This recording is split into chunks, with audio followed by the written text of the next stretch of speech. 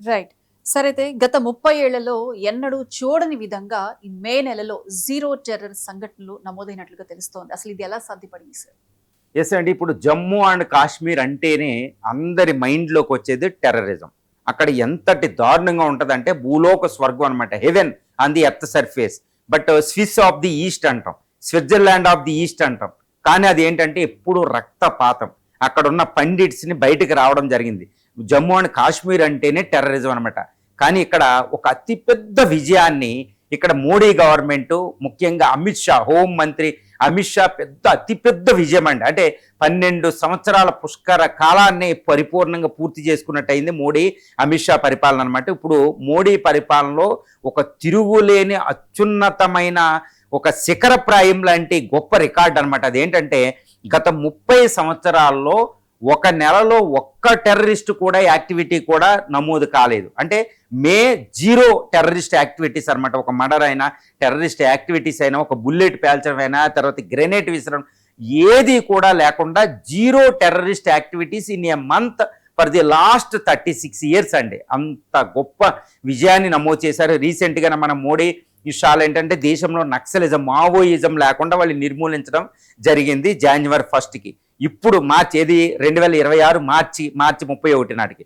ఇప్పుడు టెర్రరిజం కూడా అంతమైందనమాట. ఇది ఒక గొప్ప విజయం. అది ఎలాంటిదంటే వల్లభాయ్ పటేల్ అంటే దేశాన్ని ఐక్యం చేయడం జరిగింది అన్ని సంస్థానాలను ఇందులో. అందువల్ల వల్లభాయ్ పటేల్ లేంజ్కి ఇప్పుడు మోడీ షాలు వెళ్ళారా అంటే తిరుగులేదు. ఇప్పుడు మోడీ షాలు అంటూ ఉంటారు, మాకు పటేల్ బాటలోనే మేము నడుస్తూ ఉంటాం, దేశ భద్రతకి, దేశ ఐక్యతకి సంబంధించి, ఇంటిగ్రిటీకి సంబంధించి అంటారు.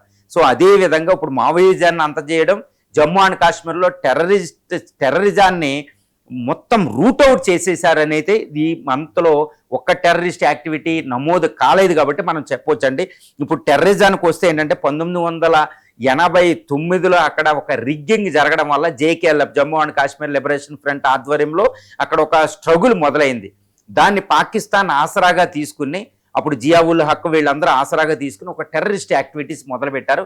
అక్రాస్ ది బార్డర్ ఏంటంటే క్రాస్ బార్డర్ టెర్రరిజం, LOC వెంబడి వాళ్ళు టెర్రరిస్టులని స్నీక్ చేయడం, పంపించడం, ఇన్ఫిల్ట్రేట్ సొరబాట్లు పంపిస్తే వాళ్ళు ఇక్కడికి వచ్చి మనకి టెర్రరిస్ట్ యాక్టివిటీ చేసేవారు. ఈ 89 ఏంటంటే ముఖ్యంగా అక్కడ పండిట్లని మర్డర్లు చేశారు. కాబట్టి అక్కడ ఉన్న జమ్మూ అండ్ కాశ్మీర్ పండిట్స్ అందరూ దేశానికి వలస వెళ్ళిపోయారు. అదే జమ్మూ అండ్ కాశ్మీర్ ఫైల్స్లో మనం చూసుంటాం అనమాట. వలస వెళ్ళారు. తర్వాత 2010, 2000 సంవత్సరం మొదలయ్యాక మొదటి 2.5 దశాబ్దాలుగా నరకం అనిపిస్తున్నారు. పుల్వామా 2019 ఎంత దారుణమో మనం చూసాం. జమ్మూ అండ్ కాశ్మీర్ అసెంబ్లీ మీద వాళ్ళు అటాక్ చేశారు. తర్వాత ఇటు పహల్గాం ఎంతటి దారుణం ఉన్నో చూసాం. తర్వాత అమర్నాథ్ యాత్రికులను వాళ్ళు అటాక్ చేశారు, టెంపుల్ని అటాక్ చేశారు, విలేజర్స్ని అటాక్ చేశారు. కొన్ని వందల తీవ్రవాద కార్యకలాపాలు. అసలు జమ్మూ అండ్ కాశ్మీర్లో ఇంకా మానవుడు బతుకుతాడా లేదా అన్నట్టు వచ్చింది. అలాంటి సందర్భంలో మనం ఎన్నికలు పెట్టాలంటే భయం అనమాట. అది ఒక టెర్రరిస్ట్ అడ్డాగా మారిపోయింది. అంతర్జాతీయ విషయంగా పాకిస్తాన్ మలిచేసింది అనమాట. కానీ ఇప్పుడు మోడీ గవర్నమెంట్, షా గవర్నమెంట్, మోడీ షాలు ఆధ్వర్యంలో ఎలా ఉంది అంటే అటు పాకిస్తాన్ నుంచి టెర్రరిస్టులు వచ్చి ఒక్క బుల్లెట్ పేల్చినా మనం ఇచ్చే రియాక్షన్ ఎలా ఉందంటే మనం చూసాం.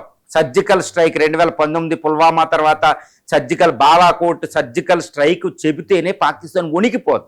అది ఇంకా అలా ఉంటే పహల్గాం తర్వాత 2025 మే 7 నుంచి 10 దాకా జరిగిన ఆపరేషన్ సింధూర్ అనేది ఇక పాకిస్తాన్ అనేది అడుగేయడానికి లేకుండా చేసేసాం.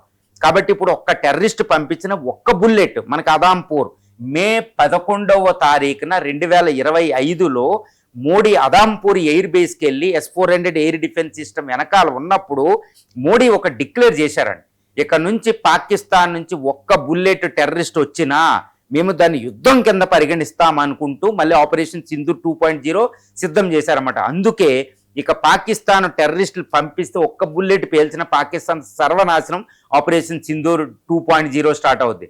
అందుకే టెర్రరిజం లేదు. అంటే టెర్రరిజం లేకపోవడానికి కారణం ఏంటంటే అదొకటి. తర్వాత సింధు జలాన్ని మనం బంద్ చేసాం. ఎలా అంటే 1960లో నెహ్రూ టైంలో కుదుర్చుకున్న సింధు జల ఒప్పందాన్ని క్యాన్సిల్ చేసేసాం. కాబట్టి అది ఇవ్వాలంటే టెర్రరిస్టం ఆగాలి. ఇంకా ఎంత టెర్రరిస్టం చేస్తుంది, యుద్ధంగా కూడా పరిగణిస్తున్నాం మనం. కాబట్టి ఈ సింధు జల వివాదాన్ని ఆపడం, తర్వాత హాట్ పర్ష్యూట్ అనే ఒక ఫారిన్ పాలసీని మోడీ ఫాలో అవ్వడం, తర్వాత ఇవన్నిటిని మనం చూస్తే ఏంటంటే ఇక టెర్రరిజానికి అసలు ఏమాత్రం కూడా తావు లేకుండా చేసేసాం.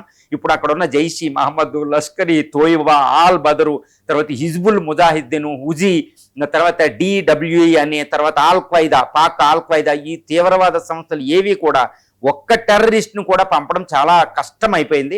అక్రాస్ ది బోర్డర్ ఏంటంటే సుమారు జమ్మూ అండ్ కాశ్మీర్లో 3 లక్షల మంది ఇండియన్ ఆర్మీ అక్కడ డిప్లాయ్ అయ్యి ఉన్నారు. తర్వాత S-400 లాంటి ఎయిర్ డిఫెన్స్ సిస్టమ్లతో ఉన్నాం, బ్రహ్మోసులతో ఉన్నాం. కాబట్టి యుద్ధానికి సిద్ధమై ఉన్నాం, టెర్రరిస్ట్ యాక్టివిటీకి సిద్ధమై ఉన్నాం. వచ్చే రియాక్షన్ చాలా డేంజర్ ఉంటుంది. కాబట్టి టెర్రరిజాన్ని అద్భుతంగా ఎండ్ చేశారు ఇప్పుడు మోడీ షాలో. ఇది వల్లభాయ్ పటేల్ కంటే వల్లభాయ్ పటేల్ స్థాయికి వీళ్ళిద్దరిని తీసుకెళ్ళింది అనేది మనం చెప్పొచ్చు. ఇప్పుడు జమ్మూ అండ్ కాశ్మీర్ అనేది ఇప్పుడు భూలోక స్వర్గం. అక్కడ ఫస్ట్ టైం అక్కడ ఒక లా అండ్ ఆర్డర్గా పీస్ఫుల్గా ఒక గవర్నమెంట్ నడుస్తుంది. అంటే ప్రపంచంలో ఒక ప్రజాస్వామ్య ఎన్నికలు పెట్టడం చాలా దేశాలకి సాధ్యం కావడంలే. అక్కడ ఒమర్ అబ్దుల్లా గవర్నమెంట్ ఒక అద్భుతంగా పరిపాలన చేస్తుంది. ఎన్నో కేంద్ర ప్రయోజిత పథకాలు ఉన్నాయి. ఇప్పుడు యూత్కి ఎంప్లాయ్మెంట్ వస్తుంది, ఆర్మీలో జాయిన్ అవుతున్నారు. ఇప్పుడు ఫిల్మ్ షూటింగ్లు జరుగుతున్నాయి. టూరిజం ఒక పీక్ లెవెల్కి టూరిజం వెళ్ళింది. ఇప్పుడు ఇదంతా మనం చూస్తున్న ఏంటంటే ఇప్పుడు మళ్ళీ ఒక స్విట్జర్లాండ్లో జమ్మూ అండ్ కాశ్మీర్ మారబోతుంది. ఇప్పుడు టెర్రరిజం ఎండ్ అయ్యిందంటే అంతర్జాతీయ పర్యాటకులు కూడా ఎక్కువ రాబోతున్నారు జమ్మూ అండ్ కాశ్మీర్కి. అంటే మొత్తం టెర్రరిజాన్ని ఎండ్ చేయడం అంటే 36 సంవత్సరాల పాకిస్తాన్ దేశం ప్రయోగించే విదేశాంగ విధానంలో భాగంగా పరిగణించే ఈ టెర్రరిజం ఎండ్ అవ్వడం అంటే భారత్తో ఒక యుద్ధ నీతిని, తర్వాత దాన్ని ఫ్రైట్ అని అంటారండి, దాన్ని అతి భయోత్పాతం క్రియేట్ చేసాం టెర్రరిస్టుల మైండ్ సెట్లో. వాళ్ళు ఇప్పుడు పాకిస్తాన్కే పరిమితమై ఉన్నారు. ఇండియా రావడమే కుదరదనమాట. ఆపరేషన్ సింధూర్ 2.0 అస్త్రం రెడీగా ఉంది. ఇప్పుడు ఇండస్ వాటర్ ట్రీటీ ఇంకా మాట్లాడడానికి లేదు. ఇంత భయంకరమైన అస్త్రాలు ప్రయోగించి 3 లక్షల ఆర్మీని అక్కడ సిద్ధం చేసి ఒక్క బుల్లెట్ వచ్చిన యుద్ధం అనే పాయింట్ ఆఫ్ వ్యూ వల్ల అక్కడ టెర్రరిజాన్ని చాలా జాగ్రత్తగా ఎండ్ చేయగలిగాం అనమాట. జియావుల్ హక్ అంటాడు, we will bleed India thousands of times అని. అంటే 1000 కటింగ్లు చేసైనా బ్లడ్ రక్తాన్ని పారిస్తామంటూ జియావుల్ హక్ ప్రకటించింది. ఈ రోజు విఫలమయ్యింది. కాబట్టి ఇప్పుడు వల్లభాయ్ పటేల్ స్థాయికి మోడీ షాలను తీసుకెళ్ళి అనడంలో ఎటువంటి సందేహం ఎవరికి ఉండవలసిన అవసరం అయితే ఇక్కడ లేదు. రైట్.